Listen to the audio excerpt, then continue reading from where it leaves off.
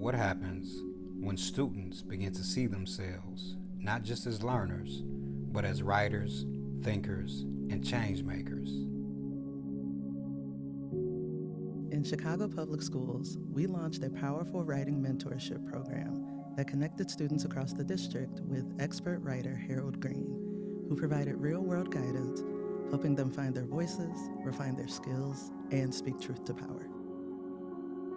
This work is grounded in a belief that literacy is everywhere and part of the community.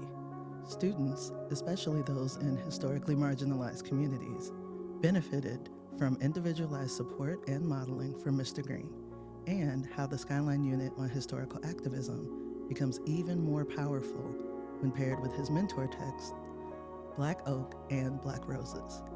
These texts speak directly to the complexities of identity, resistance, and hope, making the curriculum not just relevant, but resonant. Students move through a dynamic writing process that mirrors the work of real writers. So this first week, you're going to get introduced to my work. We're going to have a conversation revolving that work. The second week, we are going to start writing our own odes. The third week is when we will present them. Okay, so that's the timeline of what we're doing together.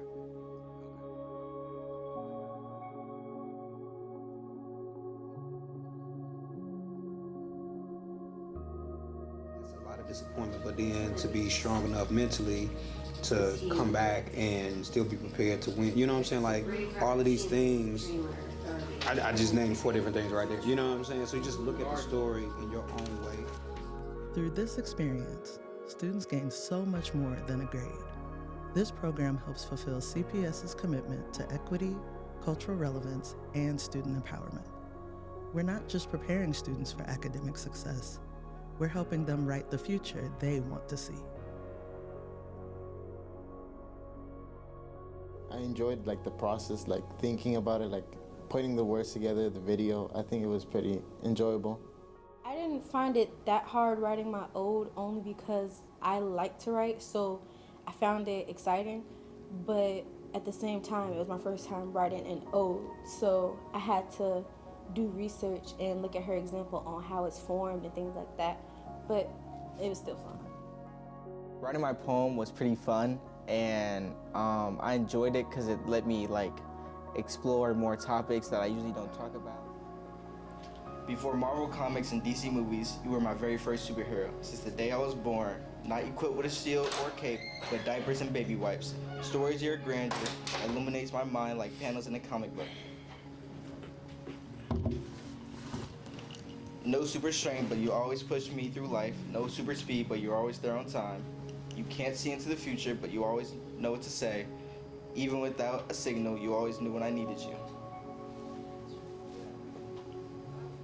As witty as Spider-Man, as determined as Magneto, as fantastic as the Four, those are only a couple comparisons, but I promise there's many more. It's the last slide. Just like a hero passing the torch to their sidekick, you've gave me your name and your face. From the moon and back, you've never faltered from being the most spectacular father. With expert mentorship, authentic texts, and the power of their own voices, our students are learning from the past, rising to the present, and shaping the future. Because when students write with purpose, the world listens. This isn't just about writing essays. It's about writing a future. Let's continue to mentor, uplift, and empower the next generation of change makers.